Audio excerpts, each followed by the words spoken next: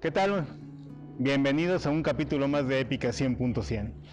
Como ustedes saben, Épica 100.100 es una iniciativa de Editorial Unizan creada y dirigida por la doctora Adriana García, quien hace un año, cuando comenzó todo este tema de la pandemia, cuando a los maestros los metieron a todos, bueno, no solo a los maestros, a todos nos metieron a nuestras casas por el tema de la contingencia,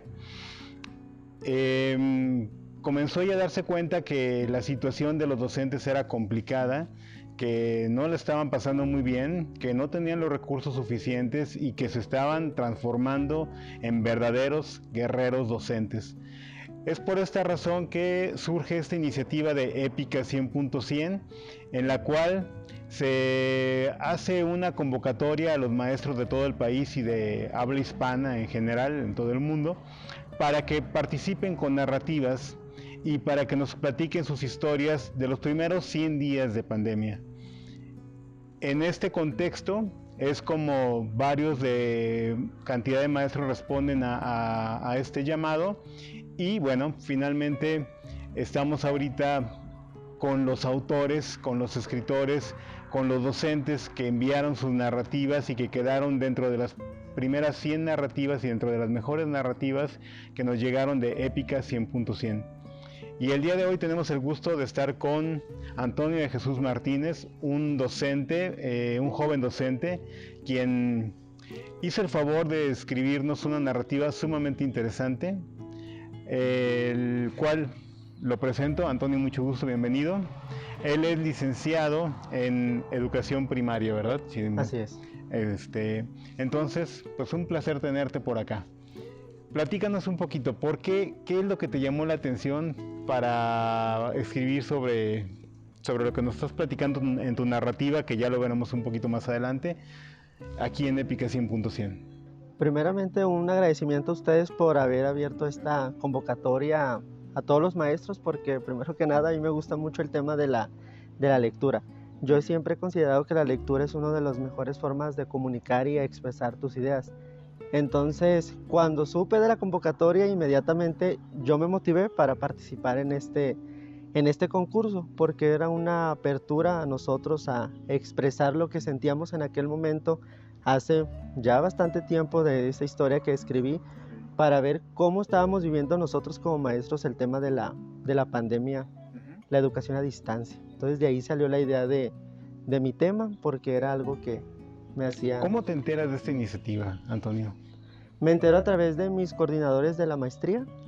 Entonces, como ellos no lo compartieron, yo estaba en mi casa, recuerdo que estaba en mi casa de Tecomán, que soy originario de allá, y abrí la convocatoria e inmediatamente me sentí identificado con él, porque estaba un poco frustrado y triste y decepcionado del tema de terminar la educación a distancia. Era mi primer año en aquel entonces de maestro frente a grupo, entonces tenía muchas ganas, muchas cosas que ahora también las tengo, pero en aquel momento era mi primer año, mi primer acercamiento a un grupo y quería realizar muchas cosas con los niños, pero no se podía. ¿A qué grupo estás tú dando? Bueno, dabas clase en este momento hace un año.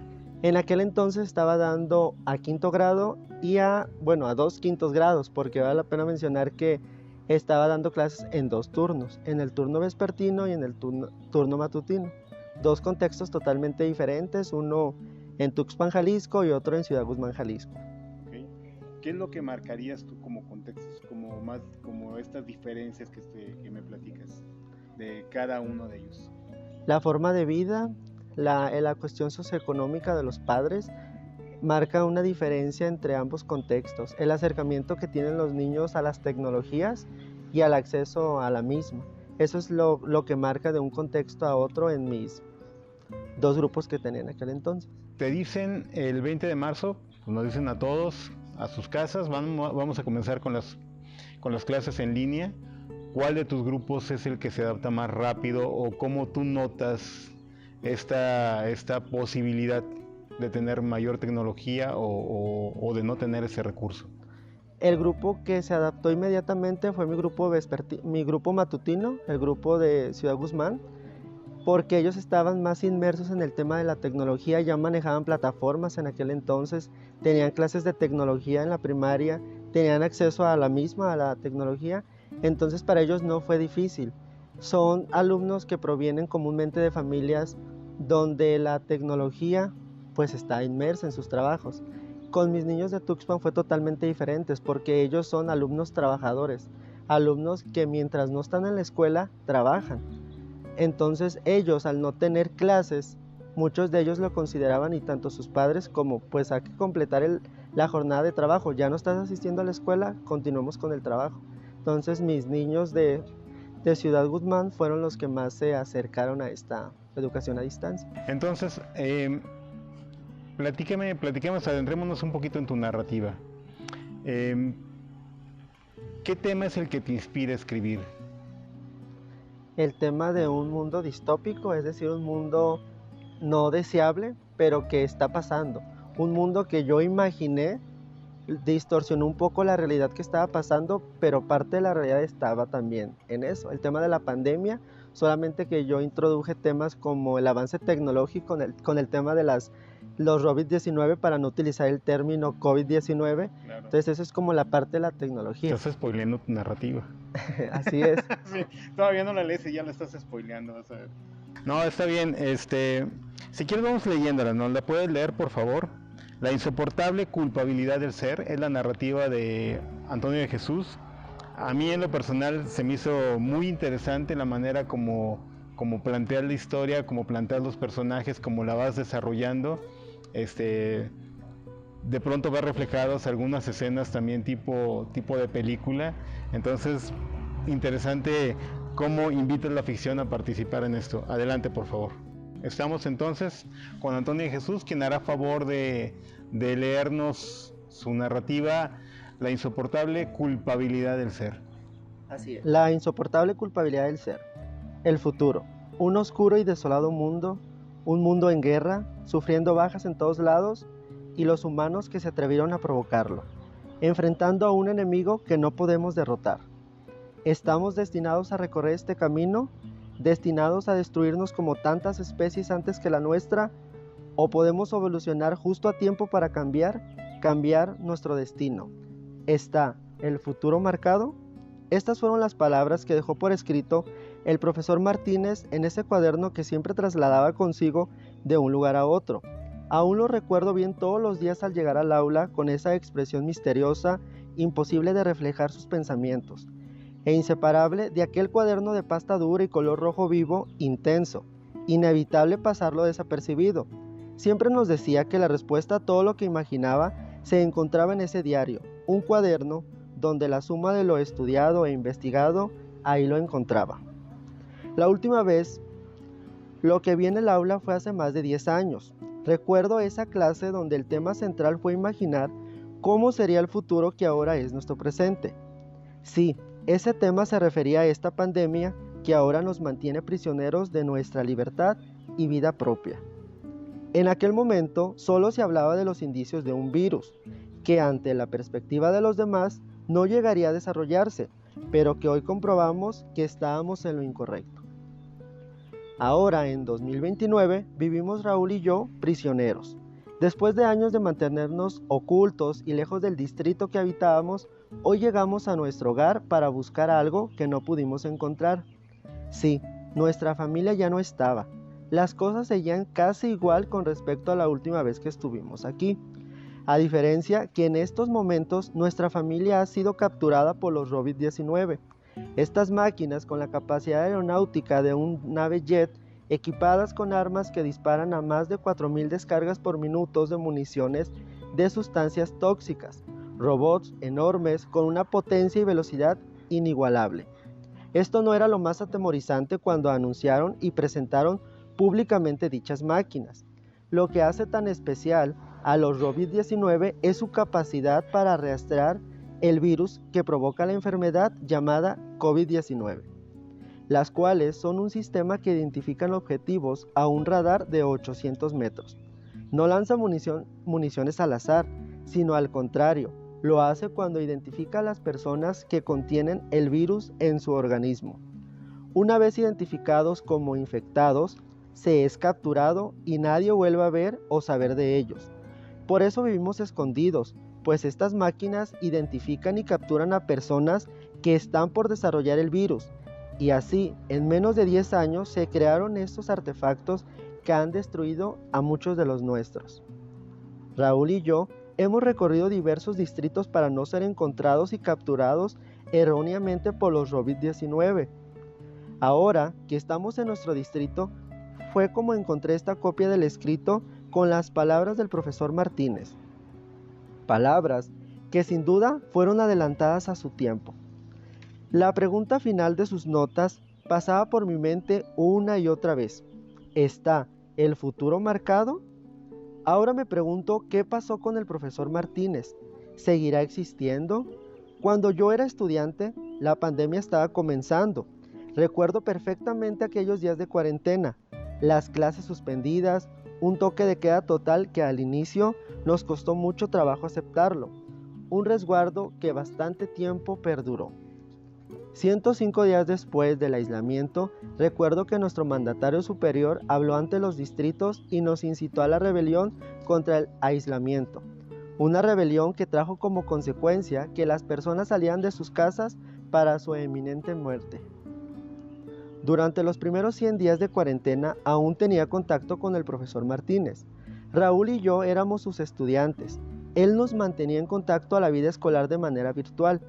El medio por el que nos impartía las lecciones a distancia era a través de una plataforma.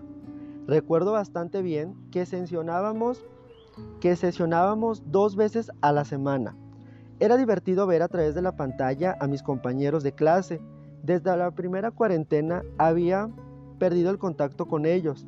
Extrañaba ir a la escuela, jugar y hablar con mis amigos, pero sobre todo estar físicamente presente en las clases. Después del primer resguardo todo cambió. La única forma de poder ver a mis compañeros era a través de la pantalla. Además de las sesiones en línea, cada 15 días nos hacía llegar un listado con las actividades que tendríamos que realizar. ¿Quién recuperaba este listado? Era mi madre. El profesor había organizado un grupo por aplicación, donde todas las madres de familia de nuestro grupo estaban incluidas y recibían los materiales.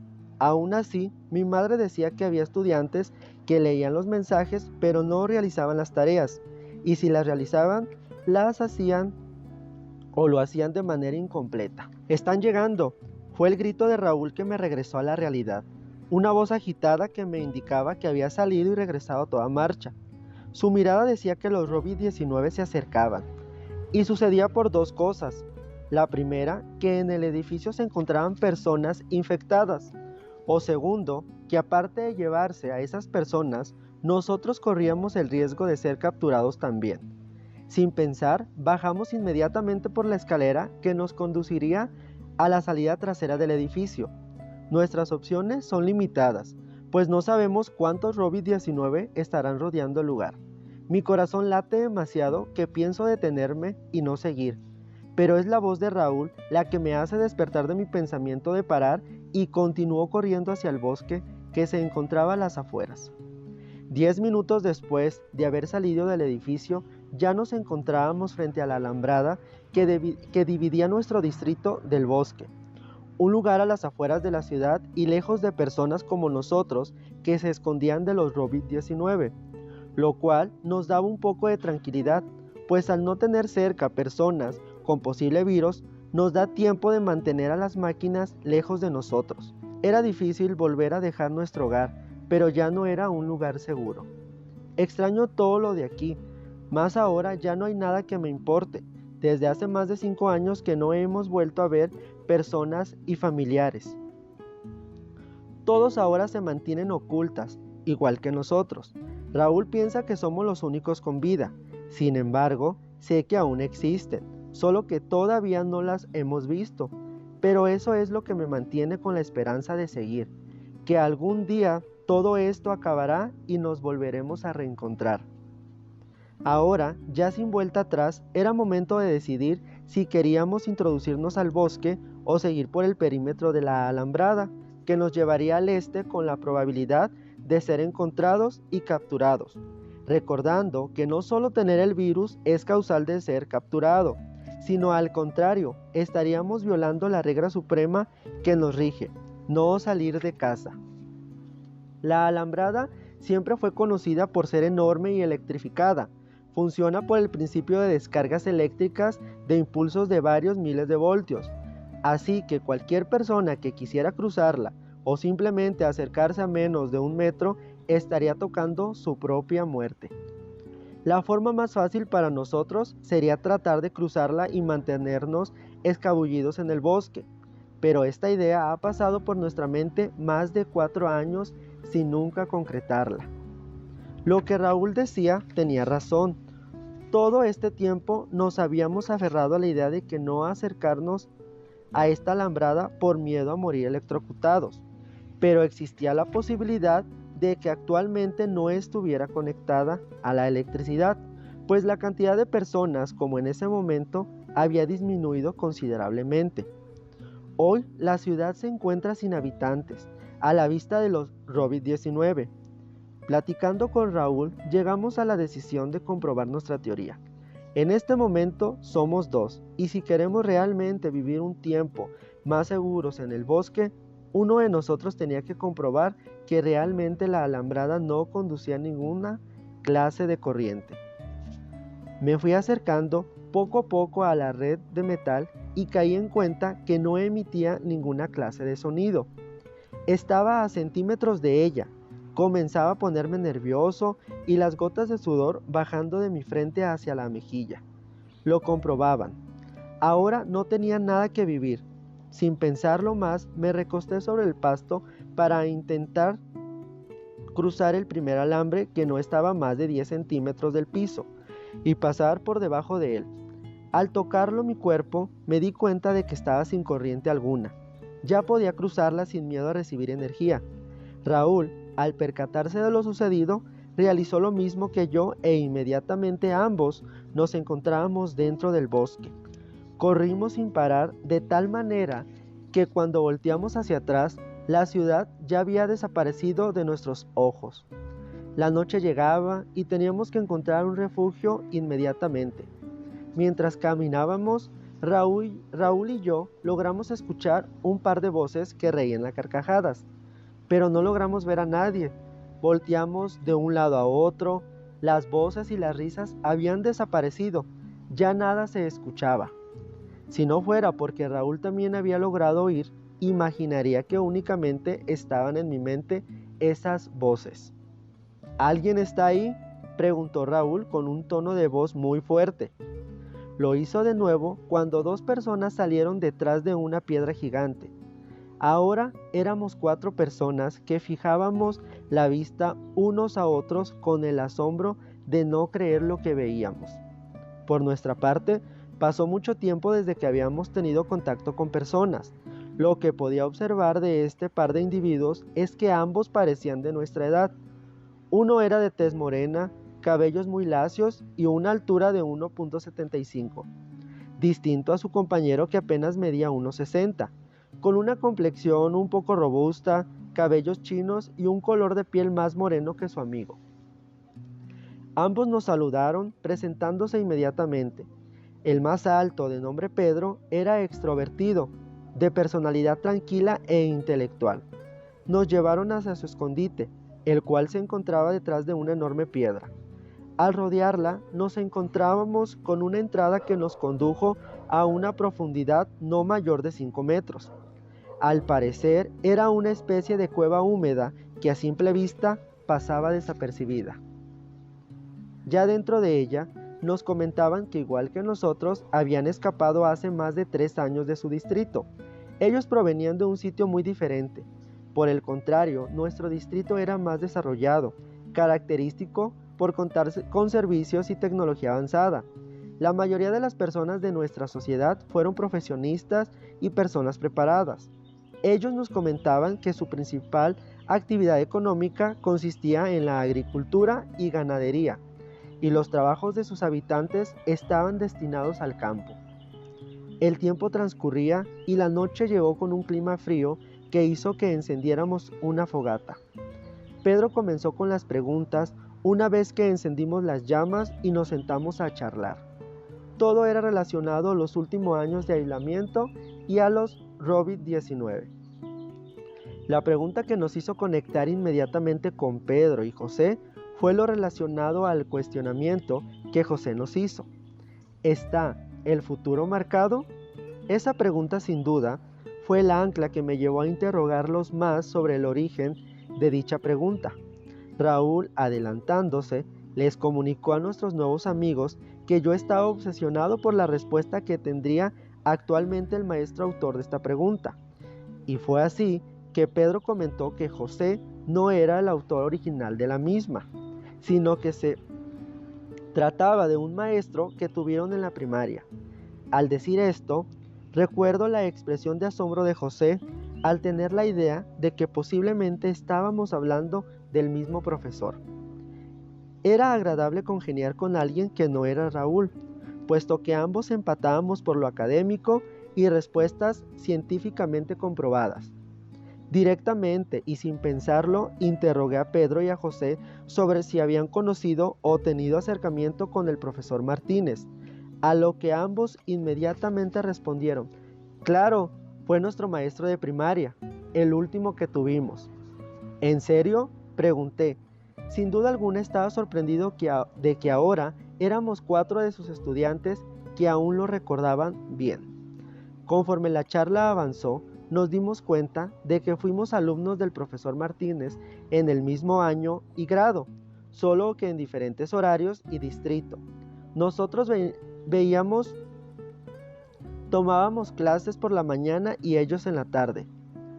Entonces, ¿era con ustedes con quienes intercambiábamos cartas cada 15 días? Preguntó José. Sí, exclamó Raúl. ¿Quién puede olvidar esas cartas? Aún tengo presente a mi amigo del distrito 13, Sebastián. Siempre que intercambiábamos cartas, hablábamos de fútbol y las competencias entre los partidos. Y cómo olvidar sus faltas de ortografía que teníamos que escribir y reportar en nuestro cuaderno de caligrafía.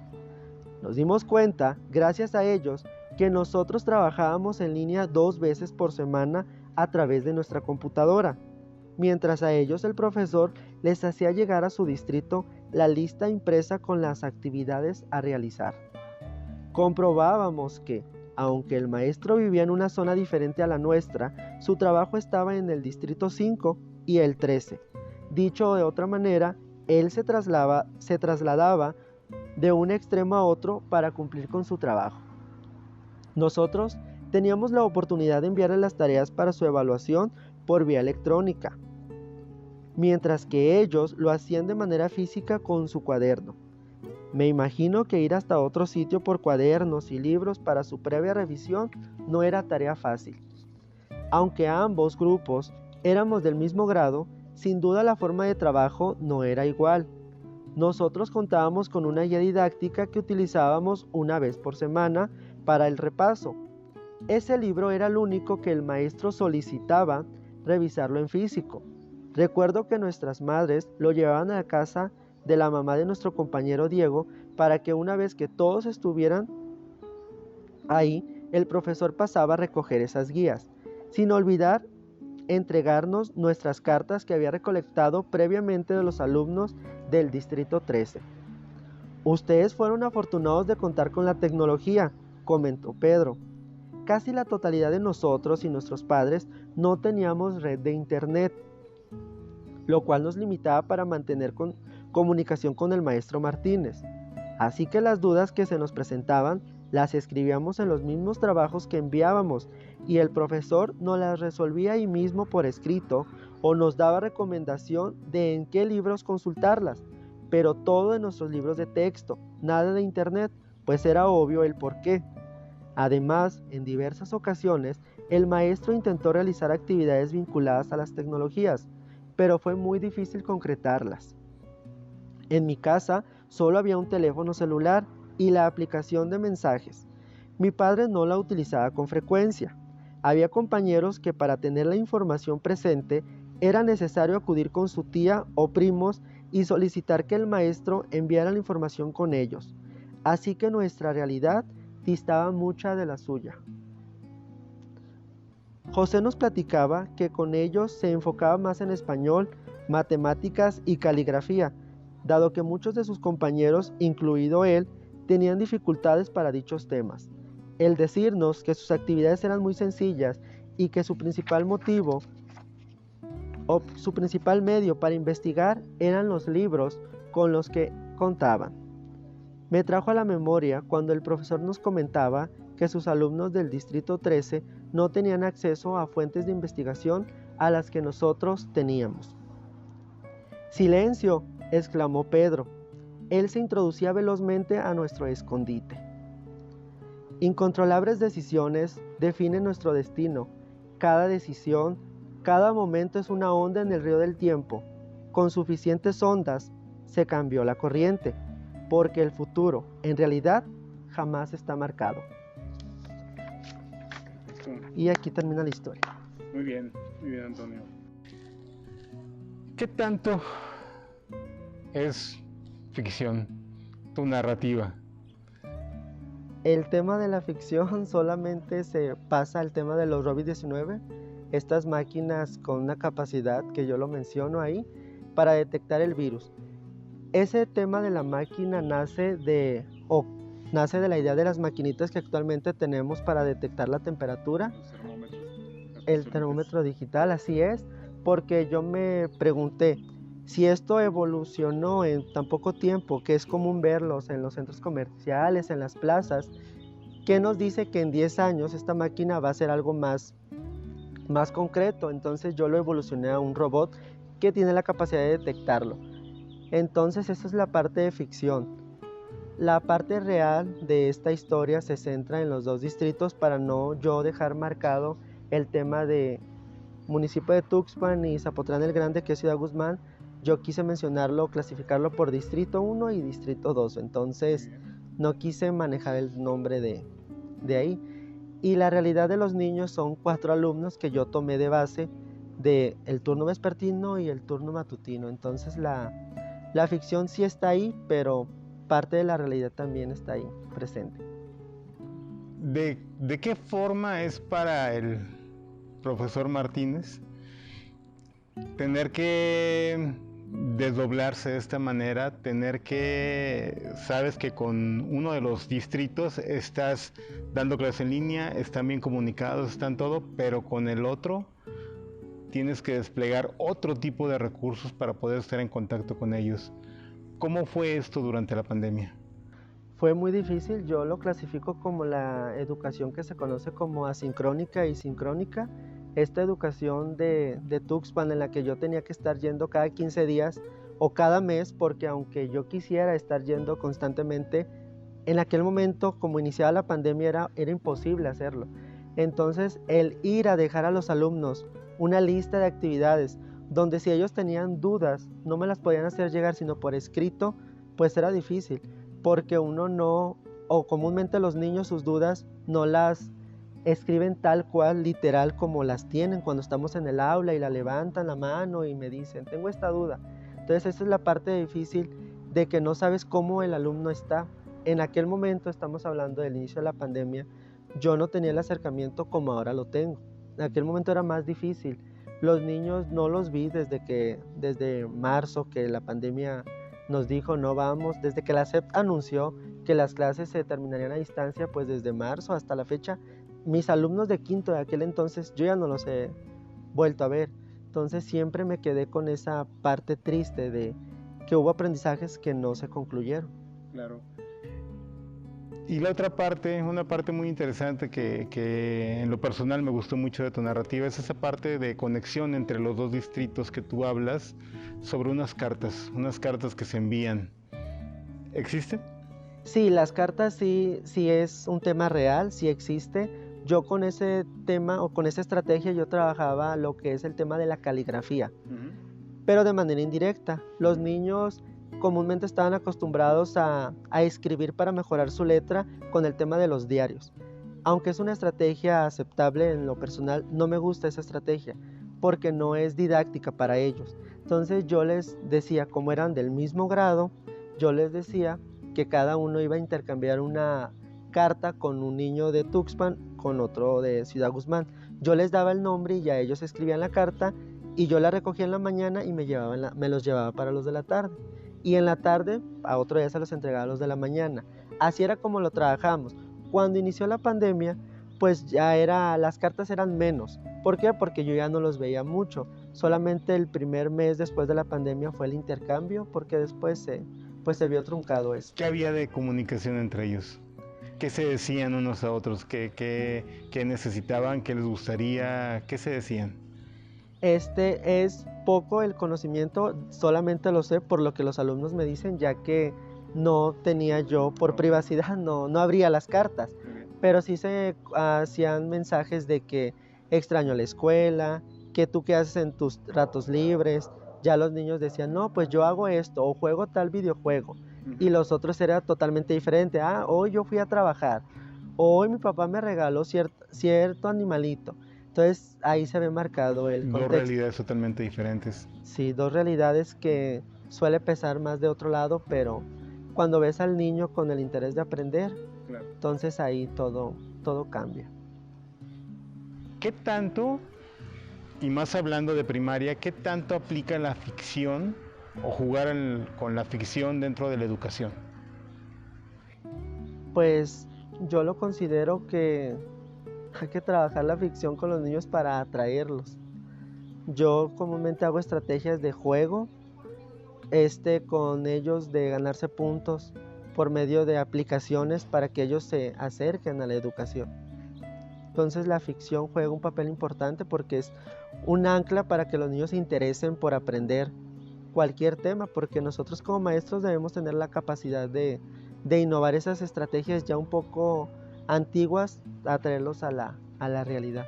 ¿Qué tanto imaginación hay todavía en los chiquitines de primaria, de quinto, de sexto? Todavía, porque pensamos que con tanto videojuego y con tanta tablet y con tanto celular y con tanto internet, se está coartando su imaginación.